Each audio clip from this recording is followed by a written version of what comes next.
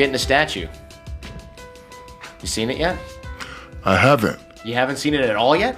No, I've seen drawings of it. I haven't seen the actual statue yet. Great. You've only seen drawings of it, and I hope it's not life-size. There's going to be a bronze shortage if they use it all. You're a Marvel fan then, I'm guessing? Superman. Superman. Marvel. Yeah, I like growing up as a medium juvenile delinquent, always on punishment. At least had the opportunity to watch TV and just see superheroes and get entrenched inside the stories that they were telling. Superman was always one. $6 Million Man was another one. I always wanted to be him. Hulk was another one. I got in trouble for being a Hulk one time. One time we saw a car that we thought was abandoned, but it wasn't. It was just stolen. It was just sitting there. So me and my friend, I played the Hulk, and I ripped out the mirrors. I just ripped out the doors. I ripped off everything. I got in really big trouble for that one. How did they know it was you that did all the damage instead of the person who stole the car? Because everybody was out there. Oh, everybody saw it. And I was going, the Hulk, and I took a brick and busting windows. And then when the guy found his car, I was like, who did this? I was like, Shaquille O'Neal, he did it. And he came right to my house. You're like, but some other guy, he scratched up your lock really good when he stole the car. Exactly. Yeah. So Marvel and Superman appeal to you. It seems weird punishment to put you in a place where you can watch TV and read comics and hang out and watch $6 Million Man. You accomplished that goal. You got a lot more than $6 million out of it. It actually changed my life. It helped me put down on paper what I wanted to become. So just say I'm flicking the channels and I see LL Cool J. I want to be a rapper. Say I flick the channel again, I see a guy doing a great sitcom. I want to be an actor. Then, of course, I'm a sports guy. I want to be Franco Harris, the Immaculate Conception. I want to be Reggie Jackson, hit a home run. So it enabled me to put down on paper all these things I wanted to be. And then my father taught me the way and said, okay, you want to be all these things? This is how you do it? Go out and get it done. And I've accomplished everything that I set my mind to. So wait, you wrote down all your goals when you were younger? Yes. My father made me write from A to Z what I wanted to be. So A was a basketball player. B was a basketball player. I actually got in trouble for that. You just put basketball player for all the five, all 26? No. And then C was a cop. And then D was a detective. E was an entrepreneur. F was a fireman. So I just did a whole bunch of things that I thought I wanted to do. And you've gone through and tried to knock all that stuff off the bucket list? Yes. Because I made a list of things that you're doing before, but I figured I would ask now because it seems like there's a lot of things that you've done. I mean, why now law enforcement? What's going on there? Why that? Well, two guys that are on my panel. What I mean by my panel is a group of 5 men and women, consists of total of 5, but men and women. 2 of the guys that are on my panel are my uncles from the law enforcement. My panel consists of Lucille O'Neal, Mike Parrish, Jerome Crawford, Dale Brown, and Perry Rogers. That's my panel. They're the only ones that can call me and check me, and I know not to say anything back. Because I know they love me and they care for me. And, when you respect somebody, see, a lot of people in my position think they know it all. They don't have anybody they can respect. I have a panel. It's like me being the president, but I answer to Congress. So that's my panel. But 2 guys on the panel are my uncles, and they're law enforcement officers. So I said to myself one day, and this was on my list as a youngster. I said one day I want to be a cop, but I don't think with me being Shaq, me being a cop probably wouldn't be too good. But I think I can lead a force. I want to run for sheriff. So when I started pursuing that here in Los Angeles, a lot of people would give me badges. And I was like, you know what? Yeah. If you give me a badge, when I go out on the street, the officer's not going to respect me. So I made them put me through 2 different police academies. Sheriff Leroy Baca was the sheriff at the time, and he approved it. And I had to go through 2 different academies. And I became a full-fledged reserve officer, level 1. Level 3 is security guard status. Level 2 is you have to ride with another officer. Level 1, you can ride by yourself. You have full-fledged police officer duties. And I studied to a level 1, and I did that because when I do run for sheriff, I know I could probably get a lot of votes just from being Shaq. Sure. But I really want my people that's working for me to know and understand I know my laws. I know what you go through. I know what it takes. I want them to know and understand that. And, I've been a lot of places around the country with a lot of police officers, and it's like, we really, really appreciate it because I appreciate them. Teachers and police officers are definitely underpaid. Yeah, my mom was a teacher, Yeah, so I heard all about that. Yeah, they're underpaid. Yeah, I mean, well, you're underpaid for a guy taking $1 a year, right? Yep, dollar a year. I guess. You know what's crazy? They tax that. Of course, yeah. So you get 46 cents. Really? Yes. Oh my god, because the bracket. Yeah, that makes sense. What have you learned on the job that you've been able to use, or what did you learn on the team anyway? Maybe that you've been able to use as a police officer, like de-escalation techniques and getting along with people and stuff like that. Well, I always come in at zero. A lot of times when you're dealing with people, you just listen first instead of react. Now, a lot of situations are dangerous, so you have to come in high, but a lot of situations where it's just people there talking and arguing, you just try to de-escalate the situation. You know how. The fortunate thing for me is when I show up, people just calm down automatically. So that's the fortunate thing for me. For me, it was just about learning it, mastering it. So when I do run for sheriff, the guys know I'm not just a celebrity figure that wants a badge and a gun. So I've been, I went to LA Academy, did a Florida Academy, did a Phoenix Academy, getting ready to go through a Georgia Academy because plan on running for sheriff in either Georgia or Florida in 2020. I had a dream that I saw a bunch of stickers on the cars, Shaq's vision for 2020, Shaq for sheriff 2020. Nice. So you're actually going to run for office? I'm thinking about it. Yeah, I'm really thinking about it. And what sort of policy you think you'll put in place as the elected sheriff? It'll be paramilitary. Martial law all around? No, not martial law. I hope not. Just, discipline. It's a friend of mine in Clayton County, Sheriff Victor Hill, and I met him a couple months ago. He has the cleanest, most disciplined jail I've ever seen in my life. So I'm definitely going to get to know him a little better, study his tactics, because that's how I grew up. And, teaches the young men and women that are in there, teaches them have to be responsible, teaches them honor. And he does it in a polite way. There's nothing crazy in there, but it's just so much like his floors were shining and the pods in the cells, the clothes were folded. And when he walks in, the guys stand at attention and they salute. It was really awesome to see. Cause I've been to jails where people, 7, 8 guys in the cell, they're in there fighting and doing this and doing that. But his jail was very disciplined. So I'm definitely going to be studying his techniques.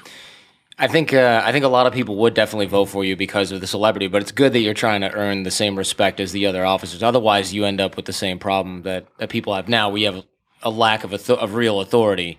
And what happens when people show up or when you show up to a call with other people there? I mean, did they just go, "Holy crap, a check"? Or are there people who don't know who you are and they're just like, "Dang, that's a big cop"? At first, when I was on patrol in LA, it got to be sort of like a TV sitcom. Like I'd pull up in my suit and everybody, "Hey, is that Shaq?" And you see guys call across the street and then calling on their phone.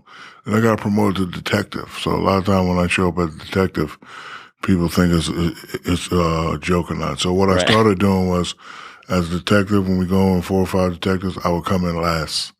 I let all the real cops go in first, let everybody know what's going on so everybody knows it's a serious moment.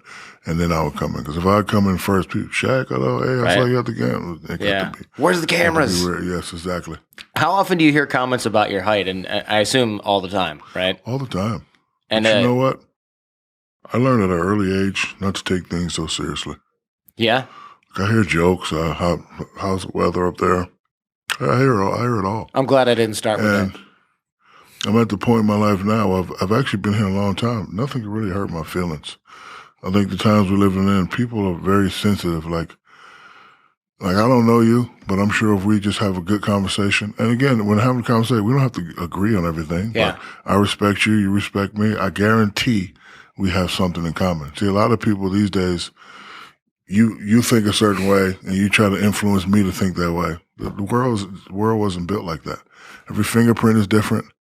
Every DNA is different. And everybody's opinion is different. And a lot of times we react to people's opinions without listening. True story. It's a guy, fashion guy, dresses kind of nice. His name is Jimmy Goldstein, I think is his name. He told me one day during the game, "I hate you." What? Oh, that's rude. Yeah, no, he said, "I hate you." So I'm boom, boom, boom, boom. But I would see him at all the parties with us. Boom, boom, boom. So I said, he's a small guy. So usually when a guy says, I hate you, I want to, okay, well, I hate you too. Let's fight about it. But he's a real skinny guy. So I asked him, I said, why do you hate me? He said, because you're so dominant. It's unfair. I want to see you lose. So rather than reacting by what he said, by me having a conversation with him, I understood that. And I can understand you're a fan, you want your team to win, but you're going up against this guy, Shaq, that's throwing people around. I can understand the hatred. So that was a valuable lesson for me because, like, when people say something, my reaction button is off. My intelligent button is on. Okay, what did you say? What do you mean? And I analyze it, and I analyze it in a nice way before I react. How do you do that, especially when did you do that when you were 22, 23 years old? No. When I was 22, 23, I tried to answer everybody's criticism. And I realized that it's more than a full-time job. It becomes stressful. You start getting anxiety. And then I realized that you can't please everyone. Yeah. And, this is the same thing I tell my children now. So you see your hands, 5 fingers on your hand. Try to impress the 5 most important people in your life. That's my panel. So as long as they're happy, I'm happy. Like whenever I start doing something crazy, 1, 2, 3, 4, 5 will let me know, and then I have to switch it back up. How did you pick the panel? I mean, one is your mother. One's my mother. 2 of my uncles. They always kept me out of trouble. Yeah. And Perry is my agent, business manager. Been that for a long time. And Perry is brutally honest. He's not one of those KYA type agents. I don't know if I can say kiss your ass on your podcast. Yeah, you can. Yeah, sure. But he's not one of those agents. So, like, he'll tell you, like, what you said last night was uncalled for, boom, boom, boom. He's very, very intelligent. He's a lawyer. Lawyers think very different. So, he wants the best for me, and it's something that I appreciate and respect. Crazy thing about Perry, we're similar ages. So, like, he's probably the youngest guy on the panel. He's around my age, but very intelligent, come from very intelligent family. Father was a brilliant businessman. Mother was a brilliant businesswoman. So, when you respect people, you listen to them, especially people that help you get to where you are. When did you pick that panel, I should say? Because did you pick it before your career started and everything? Never. No? I had to go through a lot of trials and tribulations before I figured all that stuff out. And, experience is the best teacher. And, I have my basic core principles, stay true to myself, have fun, never take advantage of people, never disrespect people. And then as I started getting older, I started adding more, business, practical things inside that formula. And then I realized a movie that changed my life was The Fan, Robert De Niro and Wesley Snipes. So Robert De Niro asked Wesley, said, you're a great player. You do this, you do that, boom, boom, boom, boom, boom. And Wesley Snipes said, I don't care. So I had to stop caring, not caring to the sense to where it would, affect my profession, but just stop caring about what people say. Once I started doing that, blossomed.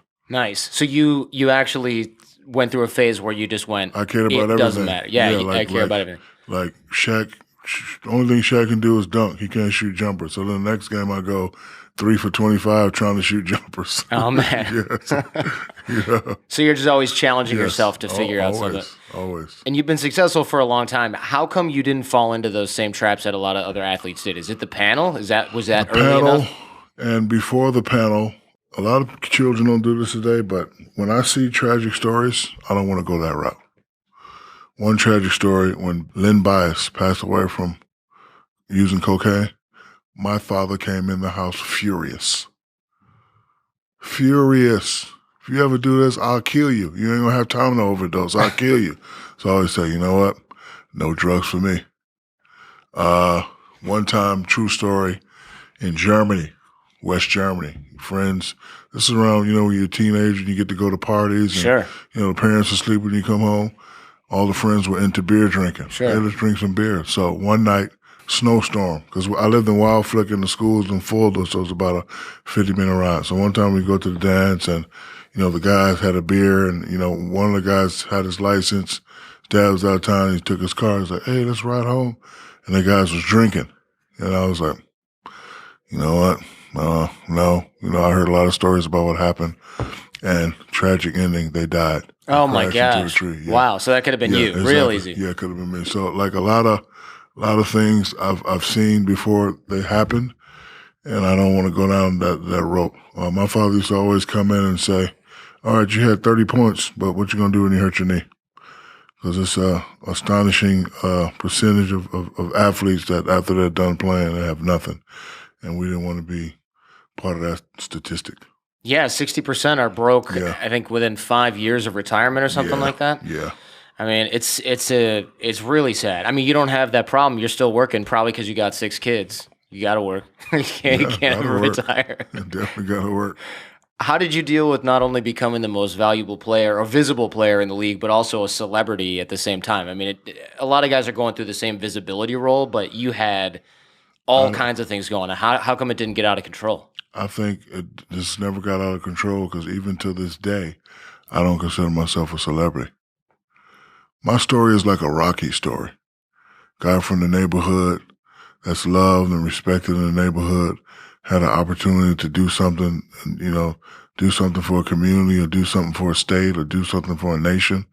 That's my story. My story is not superstar, entourage, 50 agents, 100 diamond chains. That's my story as a regular guy.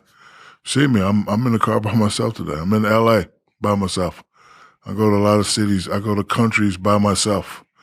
I don't consider myself a superstar. And when people come up to me, especially children, I always got to take care of children. I just try to accommodate them. Unless I'm eating, when I'm in the middle of the meal, I'd rather not be interrupted. But if I'm out and I see a little baby and they want my autograph, of course, I always oblige them. But I think what's made me relevant and in all these situations is that I don't consider myself a superstar. I'm just a regular guy from the neighborhood that did something astonishing. I won 3 champions in LA and 1 in Miami.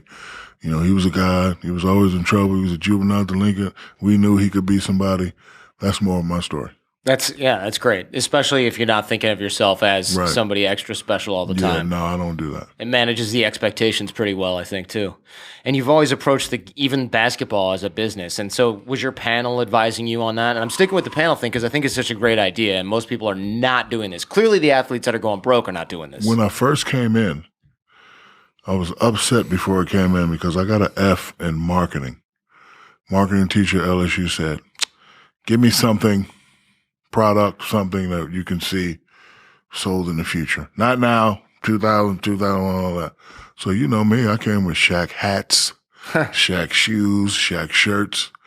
And he embarrassed me in class. He said, I see you put a lot of originality in this, and gave me an F in front of everybody. And I asked him, so what'd you do? He said, if you look at the nature of marketing and NBA, big guys never sell. I was like, you know what? Don't sell. So when I first got in, you hear a lot of stories that the number 1 pick can name whatever he wants. So when I first got in, I was like, let me try this theory. I want this. I want this. I want to be able to have creative control over all my commercials, or I'm not doing it. So my agent at the time, he got it done. So every commercial that we shot, my thought process is, okay, this is how I want people to see me. This is the message I want to send. And at the end of all these commercials, I want to add a fun aspect to it. And I derived that mentality because I'm looking at all the commercials, like big guys don't sell. My favorite commercial was the Spuds McKenzie commercials. Never talked. Yeah. Dog never said anything. But why did this dog have shirts, mugs, hats, everything, book bags? Because he always added a fun element in his commercial. So I was like, you know what? Every commercial I'm doing has got to have a fun element in it. Product is the product, but after that, I'm going to give them like this in a Buick or a Man Up or, something. How are you going to teach your kids some of the same values that you had with your panel growing up? I mean, do your kids have panels and stuff like that? They don't have panels. I try to do lead by example. I try to teach them the same life lessons that I was taught. Yesterday, we were at the mall. My son said, I want to get some Jordans. I said, well, you're going to have to donate 10 pair of your old shoes. I already did that. I said, well, you need to prove to me. And he actually did. Him and my other son, they went down to the Goodwill and they just donated their stuff. And we used to do that as a youngster. Like my father, we used to go to Goodwill and pick up some stuff and take it to all the, the other troop families that were lesser fortunate. My father Always love homeless people. I love homeless people. My grandmother was a nurse, so my mother and I started a foundation. We've sent over 100 nurses to college, 4-year scholarships. So I just try to lead by example, and I don't put pressure on them. Like, I got a couple sons that play ball. We don't even talk basketball. It's not important to me. What's important to me that they build what I started. One of my favorite nepotism stories is Nick and Mickey Arison. So an article comes out in the paper that Nick Arison's grandmother left him 100, 200 million. This guy's 19, went to college at Duke and graduated. So he comes back and joined the team. It's a guy in there worth $200 million cleaning up the locker room. And I'm looking at him like, this kid's worth $2. You should be up hanging out with his dad, because here, that's what you see. Right, you sure. see a lot of kids that hanging out with dad, and dad does everything for him. But you had a kid worth $200 million. This documented his grandmother left him $150 million plus 20% of the team. Wow. He's down in the locker room cleaning up. Next year, you see him in marketing. And then you see him outside, boom, boom, boom, handing out flyers. And then finally, about 5, 6 years, his father, after he went to school and graduated and learned the business from the bottom, then his father said, okay, boom. And I think he made him vice president. That's one of my favorite nepotism stories. And I have to do the same thing, rather than just give it to him. Like I tell my kids all the time, you get no degrees, then you get none of my cheese. That's my slogan around my house. So no degrees, no cheese. They're all looking forward to college then. Yeah, they got to be. You mentioned shoes earlier. You got the biggest pair of Tom's shoes that I've ever seen, and I thought, all right, where do you get shoes that big? You have to have things custom made. I fell in love with Tom's about 3 years ago. I see people wearing them, like, what is that? And his story is incredible. You buy a pair, we'll donate a pair. Love that story. So every person that how can I get the Tom's? They give me a number. Didn't work. Give me a number. Didn't work. So finally, about 2 years later, I seen the owner of Tom's, him and his wife. We met in Westwood. And I said, listen, I love your product.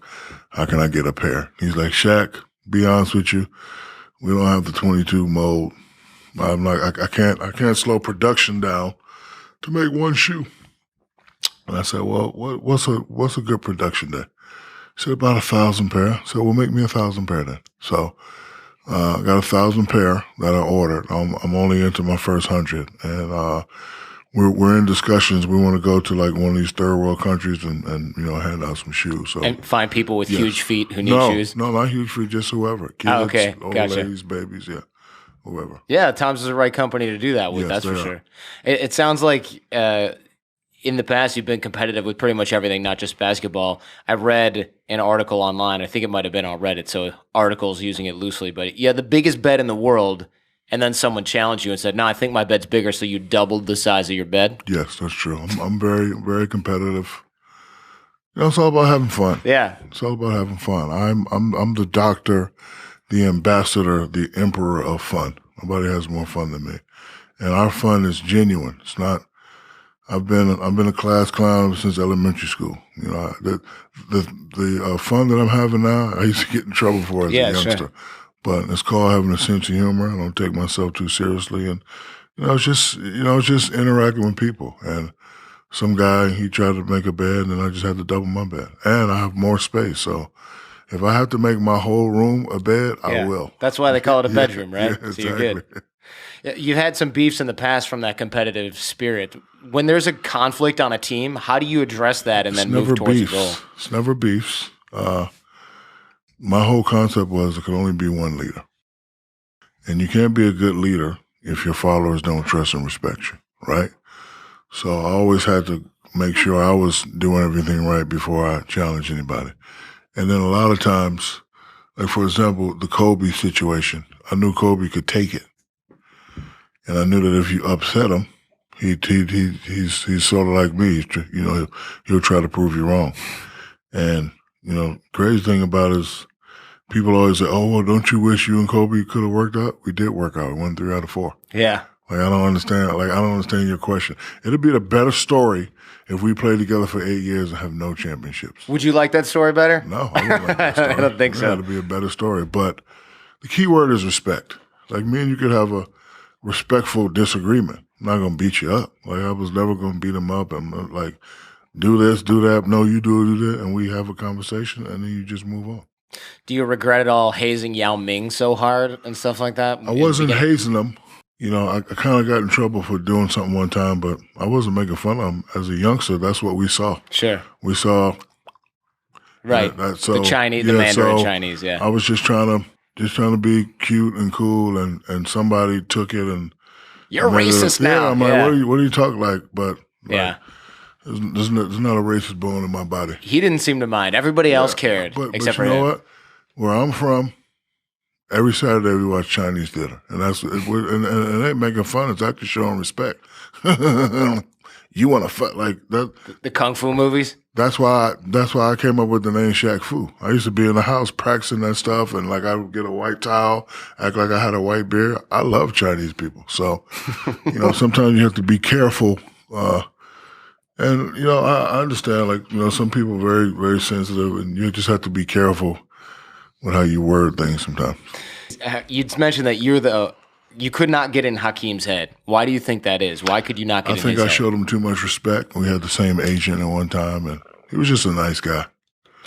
I didn't want to hurt my friend. Gotcha. And he kind of set me up because during the regular season, I was having my way with him, so when we got to the finals that year in Orlando, I was real arrogant. We had 10 days off. We was doing things all wrong. We were flying to Atlanta, partying, flying it like it was out of control.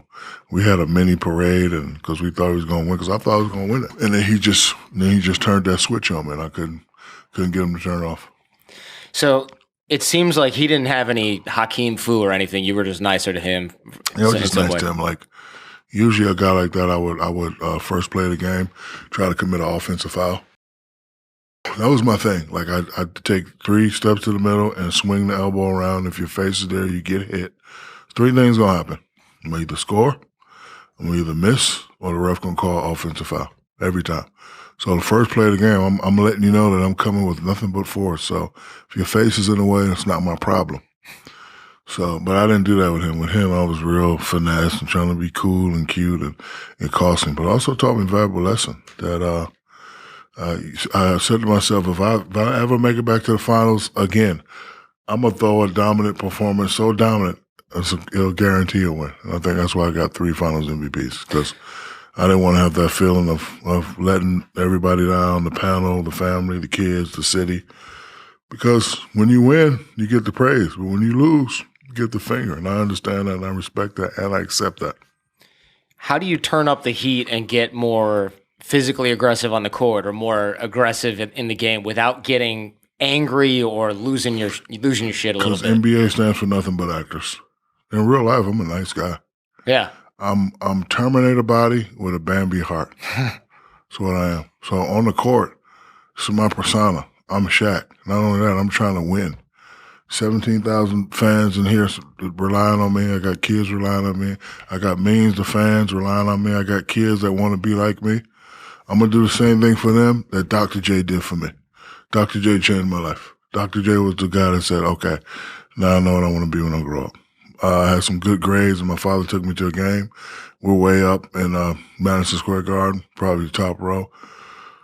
Boring game. Dr. J goes baseline, throw it down. The whole arena stands up. It actually scared me because I thought something was happening. And then I look at my dad, I was like, I know what I want to be when I grow up, Dad. I want to be down there. He's like, well, this is what you got to do, son. And so I want to be that person to a kid that's, you know, trying to do something with his life now. So you and your dad outlined a plan to get all the way to the NBA? Yes, we did. How did that look back then? I mean, it seems like a lot of people do that now, but there's too much white space where you kind of don't really know what goes in between. He taught me how to play the right way. Taught me how to work hard.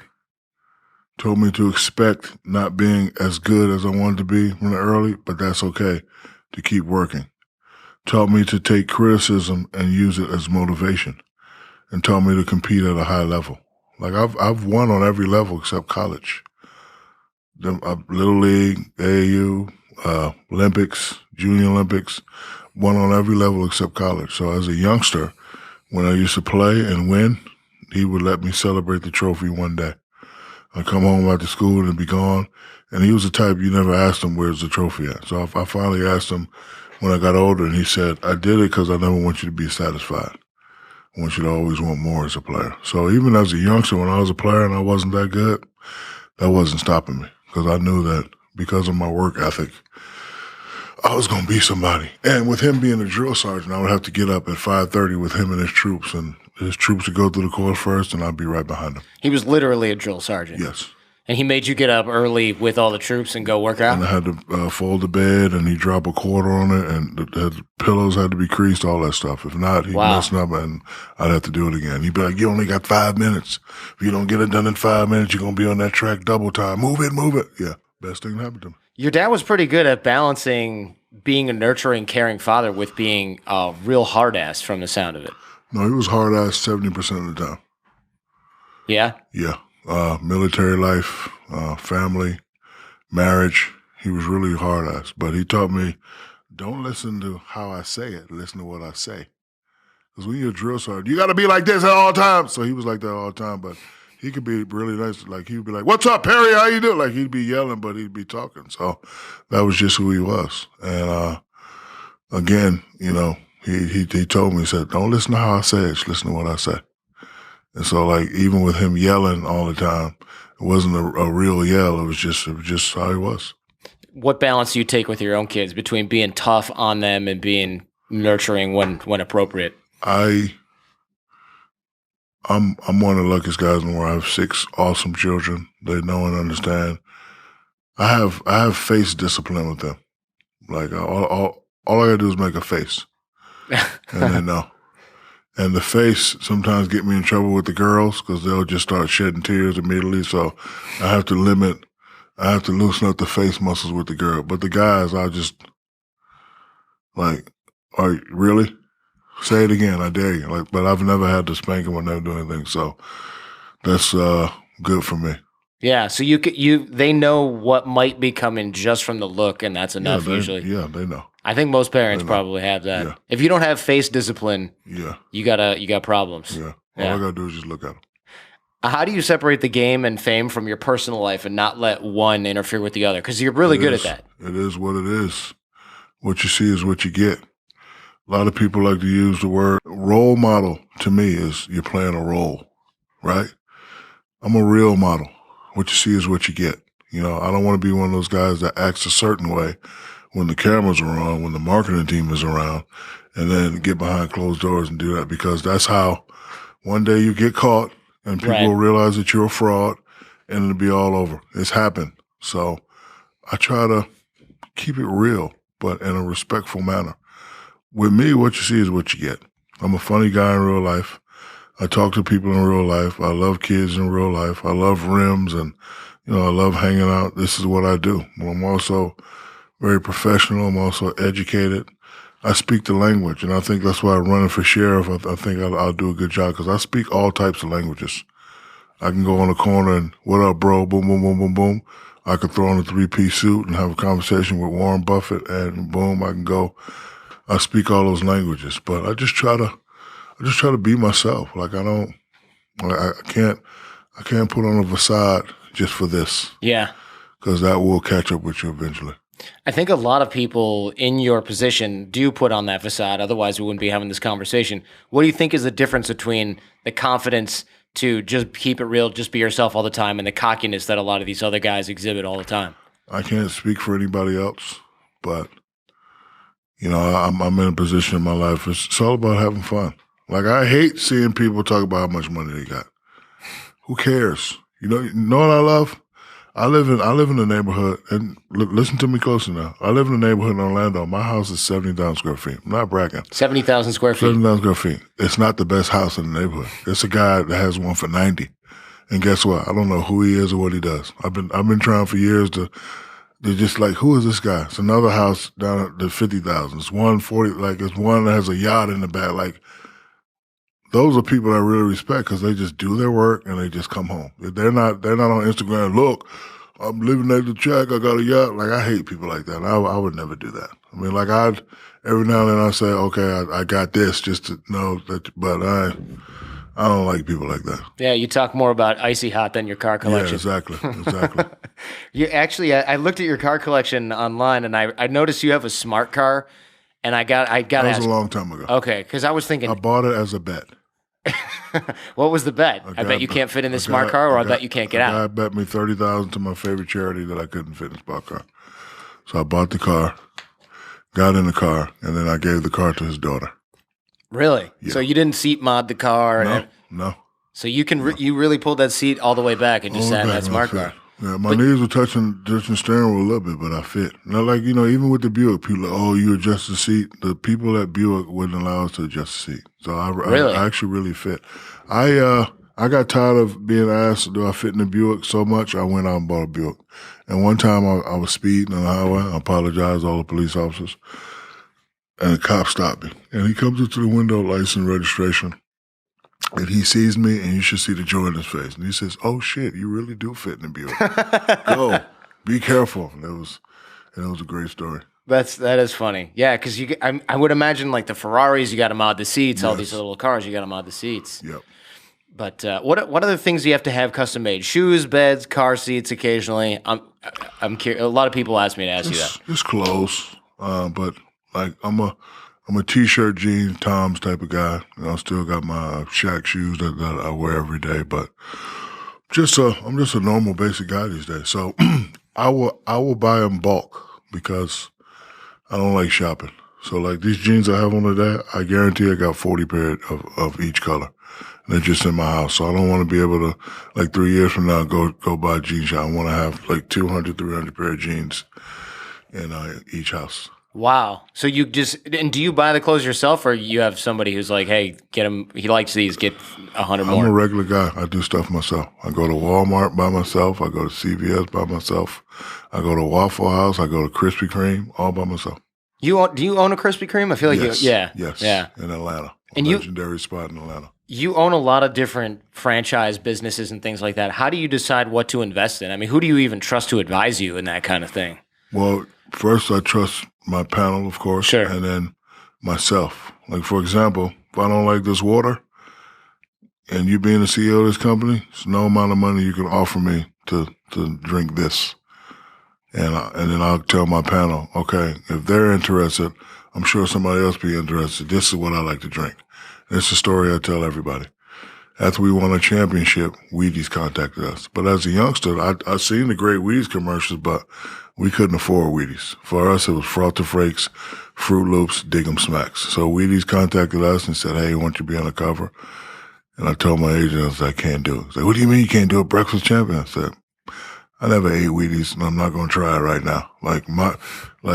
If I'm eating cereal, it's going to be Frosted Flakes 1, Fruity Pebbles, and then Dig 'em Smacks. So second championship, Wheaties come back again. I'm like, can't do it, bro. Third championship, like, can't do it. And then the fourth championship, I think they did a deal with the NBA, and D-Wade and myself was on it.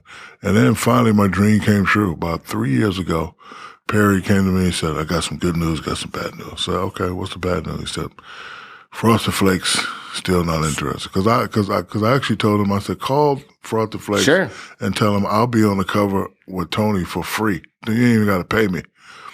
They didn't bite. So he said, Frosted Flakes not they're not interested.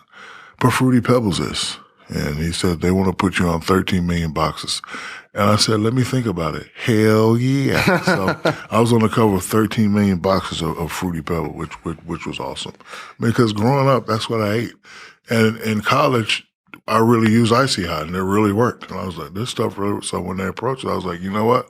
I know about this product firsthand. Let's do it. So, I have to be comfortable with the product.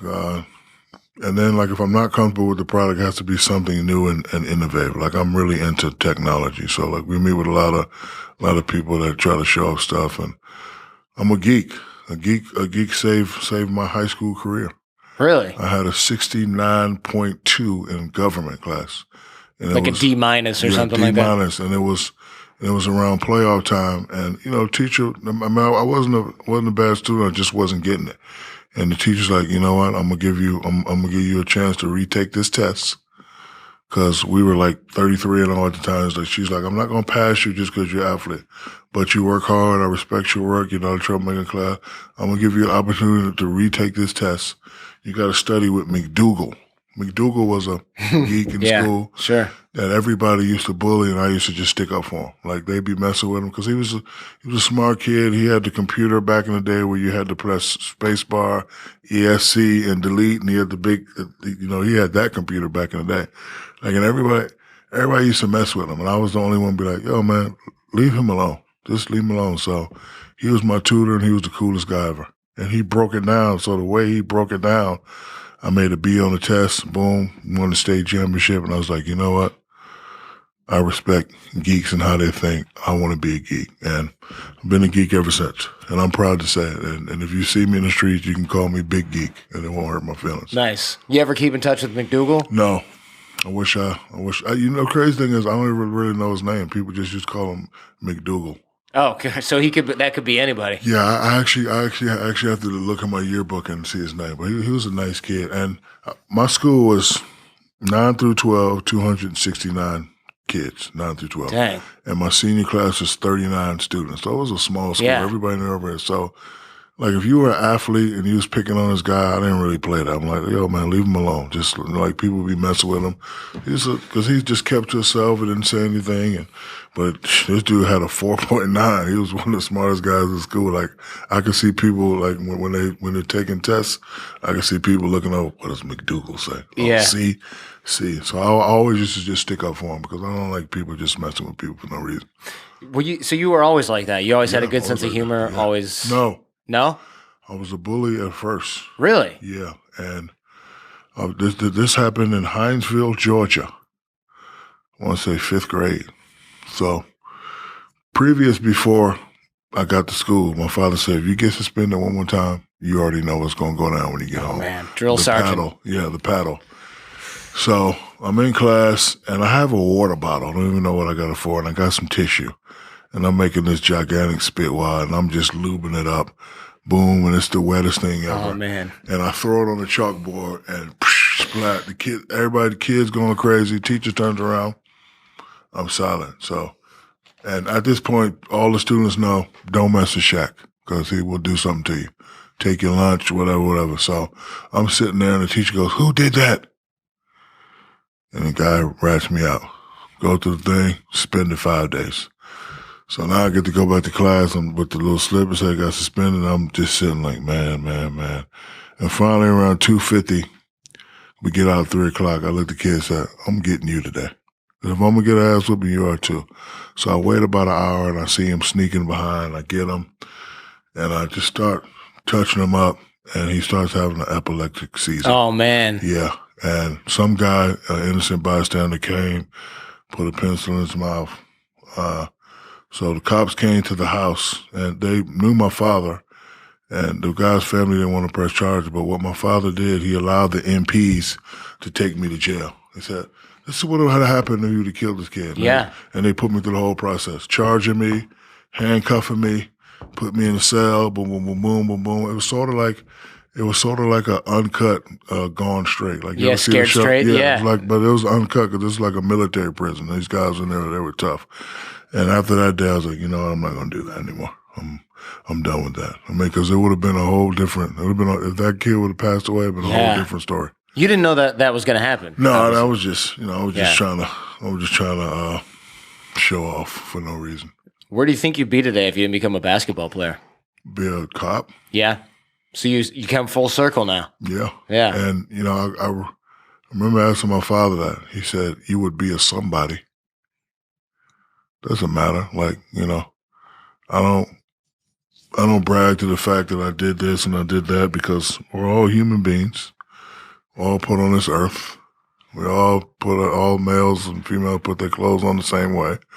We're all the same people. Some people just have different circumstances. So I try not to flash my circumstances in people's face. Unfortunate thing is they know all my circumstances anyway. Sure. So I don't have to put it in their face. Is it strange to you not being able to have like a private life that people will just leave you the hell alone if you wanted it? I mean, I don't look at it like that. I mean, if I want to be unseen, I know how to get away. Like my go-to place to get away is Turks and Caicos in the Bahamas. Rent me a little boat and just look at the blue water and just relax. If I'm having a bad day, I'll stay in the house. I don't want to go out and give me all the get out my face. Like, I don't Mm-hmm. want that story to be out. So I know how to navigate my way through. So you manage your emotions really well, it seems like. Because you're self-aware enough to know I'm I'm gonna snap. 80-20. I'm 80% humorous, 20% serious. And I don't really have to get serious a lot. It's good that, 3 people on my panel handle 90% of my business affairs, which is a good thing to have. Yeah. They are the left side of my brain. So I let them do all the intelligent thinking, and we have conversations, and then I'll help them make a decision at the end, which is good. Because I think if I had to do all this stuff by myself, probably go crazy. So nice to have teammates around you to help you win championships.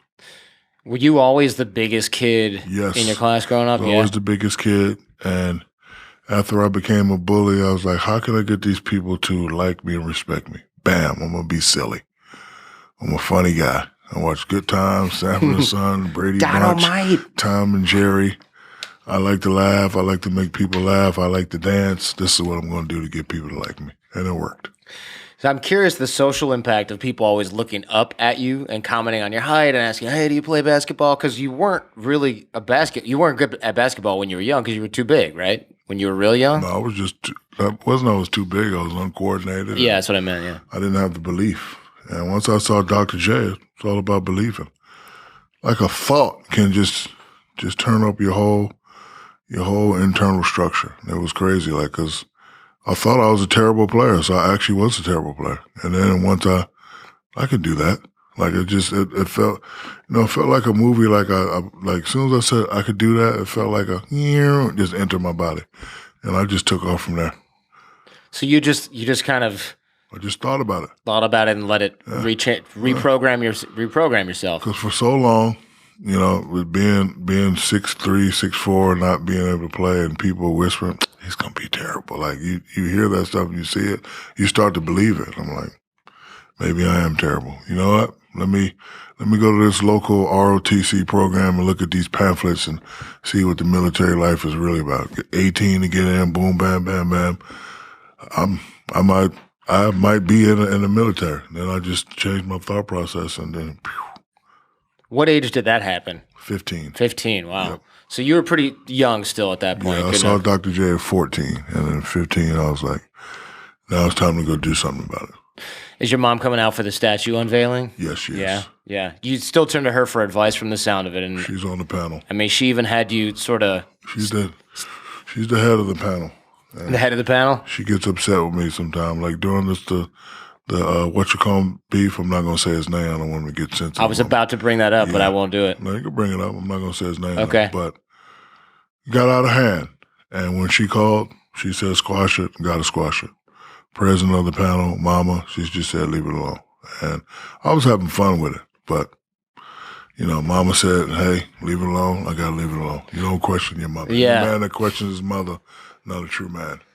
Why did she get involved in that? Because JaVale McGee? No, it ain't got nothing to do with that. My mother is 1,000% corporate. And she became that way. Well, she's always been that way, but she tells a story that she had me at a young age. She sacrificed a lot.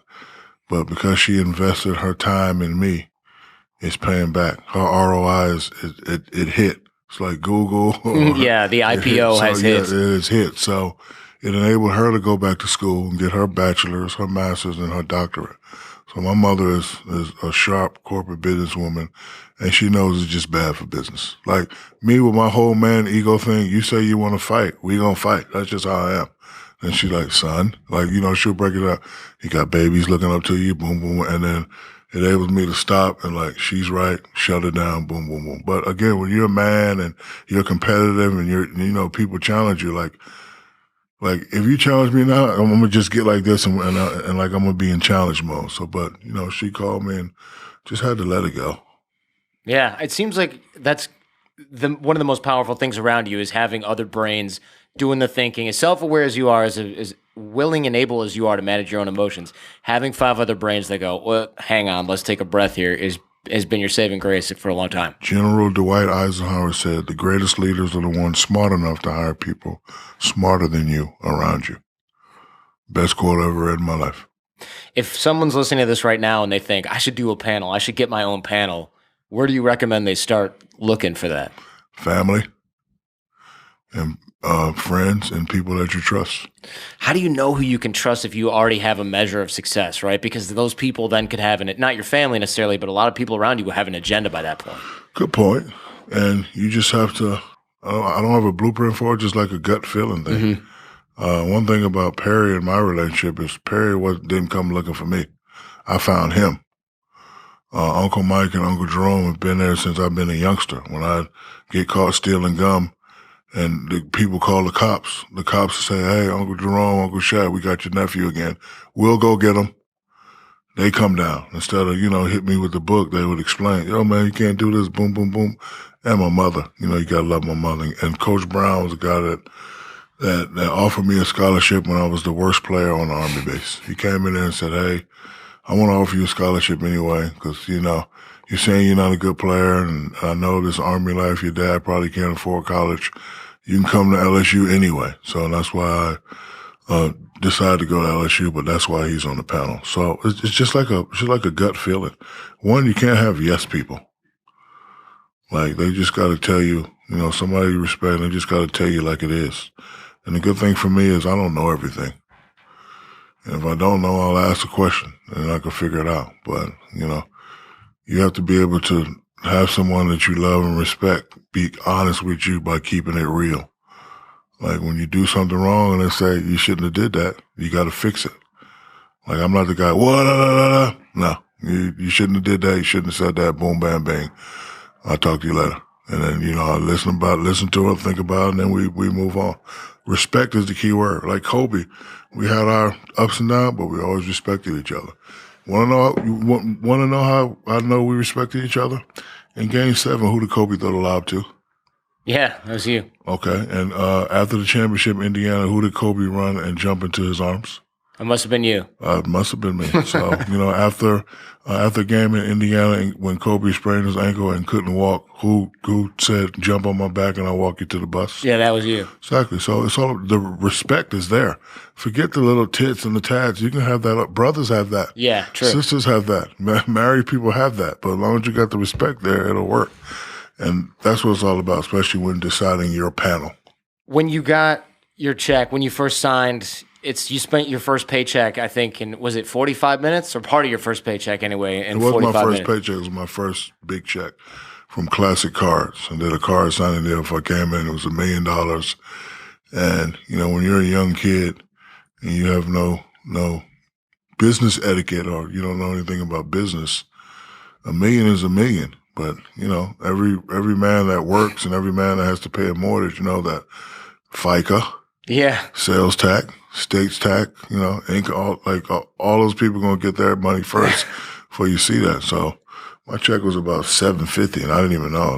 My guy said, oh, hey, you signed for $1 million. And then I didn't even factor in his 15%, which is $150. And then boom and bam. So by the time I bought 3 cars, I bought a car and my father said, I want one. I was like, and in my mind, I was like, okay, 150 minus $1 million. Oh, I got 850 left. Cool. Buy another one. And then my mom said, hey, I want one. So I'm like, okay. 850, okay, boom, 700. Yeah, let's do it. Boom. And then I got a call from the bank guy next day. He said, you're 30,000 in the holes. I bought rims and suits and baggy pants and Versace shirts and chains. And it was wild. That's when my father came in and said, see, let's go. You need to get a business manager. And then that's when I started looking for people. The lesson to take away from that is 1, get a business manager, and 2, don't go to the car dealership with your parents. No, just not only that, you just have to be smart. Like I wish I would have knew about leasing back then. I probably would have just leased the thing. Yeah. Yeah, rather than just spend. I could have just put like $5,000 down and paid, $700 a month for 3 years, rather than just write a guy a check for $150 3 times. Expensive lessons, man. Expensive lessons, Shaq. Yeah. What did you do before you had dough, though? I mean, in college, you must have had to sleep sideways on beds or stack beds together. I mean, what was that like? I tried to get all the free stuff. And when I mean free stuff from LSU, I could. So I had about 20, 30 basketball Reebok sweatsuits. That's all I wore. Just tracksuits. Tracksuits and LSU football shirt, LSU t-shirt, and then I got a Pell Grant. So the Pell Grant, I got like $1,500. So I go to the bank and I put $100 bills, three $100 bills, and the rest in ones. So I like walk on campus like I had a big wad of money. just to feel like, all right, I still got something in my pocket, huh? Yep. Nice. Just to feel rich. I guess that makes sense. To make sure you got something to show for it. Why the rap career, being in movies? You went platinum, so not bad. But what was the value add there? What's the point? For me, it wasn't about doing those things. It's about following my dream. I'm in the studio with Notorious B.I.G. Yeah. How many people can say that? Not many. I'm in the studio with Jay-Z, Nas, Peter Guns, Lord Tariq, Eric Sermon, Wu-Tang Clan. Those are guys that I grew up listening to. Tribe Called Quest. That's making it. Forget Hot Sounds and Boom and Bam and sell albums, because like I told a rapper this one time, rap money is nothing to me. It's nothing. Like, you can sell 1 million albums, 2 million albums. You ain't getting a lot of that back. You got to recoup, and a lot of people don't understand that. So. For me, it was just fun. And then the movie thing it's all about opportunity. I got blue chips from sitting in Jerry's Deli. The guy that wrote White Man Can't Jump was coming up with a script, Blue Chips, and he saw me and he's like, hey, you're Shaq O'Neal, right? Boom, boom, boom. I'm doing a movie. Would you like to be in it? What you think I'm going to say? No, I got to concentrate on my basketball. Forget that. I do it. And had to play me. It was one of my better movies. And then, out here meeting people and shaking hands, we could offer stuff all the time that we have to turn down, but yeah, it's all about opportunity. And so you seize on those opportunities as soon as you smell a good one. There's no hesitation. Yeah, and then it's all about having fun. It's not like we're out there hey, we want you to do this. That seems cool. Let's do it. I think the rap money doesn't mean anything to me is something that only a professional basketball player can say. I was making $20-30 million a year from basketball. Yeah. And then another 10, 15 from Pepsi and Reebok, and another from the Shaq. I could have sold 2-3 million albums and got 3 million back. That's nothing. Yeah, in a way that's the most hip hop thing you could possibly say, right? This ain't enough money for me. Like when you're talking about Shaq money, but to be able to tell your kids or to have people know that you were friends with Notorious B.I.G. and did a song with Jay-Z, that's classic. Yeah, right you there. got the legendary status. Because again, and the thing is, if those people didn't like what I was doing, they probably would have said no. Sure. But they knew that they knew that we all come from the same place. We all from the inner city. So on the way to the court, I got my Kangol on. I got my fake rope chain on. I'm LL Cool J.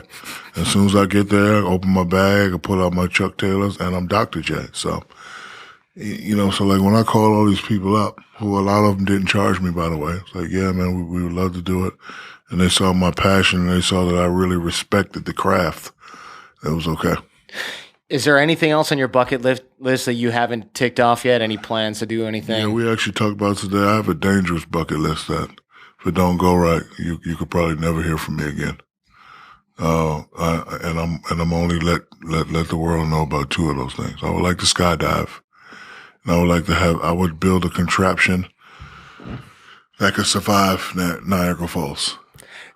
What does the panel think about that one? They don't like it, but I want to do that, man. Because I like to have fun. I think if we design it a certain way, especially to where if I bounce around, nothing will hurt. Sure. And it has to be strong enough to withstand in case I hit a rock or something. But I would like to do that, and then put cameras in there, let people tune in and see if I make it or not. Could stream it live, man. Yeah. Either way, it'll be a good show. And then I want to climb the Himalayas. I hear that's tough. Oh, yeah. Yeah, I hear that's very, very tough. So I want to do that. I went out with Bear Grylls, and that was tough. So, yeah, I have a lot of things to do on my bucket list. No MMA anymore, huh? Nah. Because I know that you and Charles Barkley were both kind of into that at one point. If I fought the MMA, it would only be one guy who would fight. Who'd you fight? His name is Hung Man Choi. He's a 7'4" guy from South Korea, I think. Wow. Yeah. 'Cause 7'4". So I never fought any guy, never fought anybody my size. I would like to see how I would fare out Yeah. against that. You could call Yao too. He might do it. Yeah, I don't want these problems. All right, right on. Well, so I love that. And you're not going to wrestle the Big Show? Probably not. Nah, doesn't seem like a good use of Probably not. your lower back. Yeah. Either. Yeah. I gotta ask, or people are gonna get mad as we wrap up here. What's going on with the flat Earth thing? Are you just messing with everybody with that? No, the Earth is flat. Would you like to hear my theory? Yeah, sure. Tell me about it. The first part of the theory is I'm joking, you idiots. That's the first part of the theory. The second part is I said jokingly that when I'm in my bus and I drive from Florida to California, which I do every summer, it seems to be flat. When I'm in my plane and we're getting ready to land and I open up the window and I'm looking at all the land that we fly over, it seems to be flat. But this world we live in, people take things too seriously. But I'm gonna give the people answers to my tests. Knowing that I'm a funny guy, if something seems controversial or boom, boom, boom, you got to add my funny points on, right? So now once you add my funny points on, that should eradicate and get rid of all your negative thoughts, right? That's what you should do when you hear Shaquille O'Neal's statement, okay? You should know that he has funny points right over here. And what did he say? The guy had boom, boom, boom, boom. Add the funny points. You either laugh or you don't laugh, but don't take me seriously, because when I want you to take me seriously, you will know by the tone of my voice that I'm being serious. So we live in a world today, and Denzel Washington said it best. There's too much information right now. There's too much going on. So like if, somebody says something and, they title it and they send it out, by the time it gets to another guy, it's all messed up. So people actually really believe that I was serious when I said that. We actually had people call in the office a long time. The Shaq really? No, I don't think that it was a joke. Okay? So know that when Shaquille O'Neal says something, 80% of the time, because 80% of the time I'm being humorous, it is a joke. And 20% of the time I'm being serious. But when I'm being serious, you'll know. You want to see me seriously? See me and Charles Barkley going back and forth on TNT. That's when I'm mad and when I'm serious. Other than that, you're not going to get that out of me. So I was just joking, people. The earth is not round, it's flat. I mean, the earth is not flat, it's round. Shaq, thank you so much, man. Thank you, buddy. Appreciate it. This has been awesome. All right, thank you.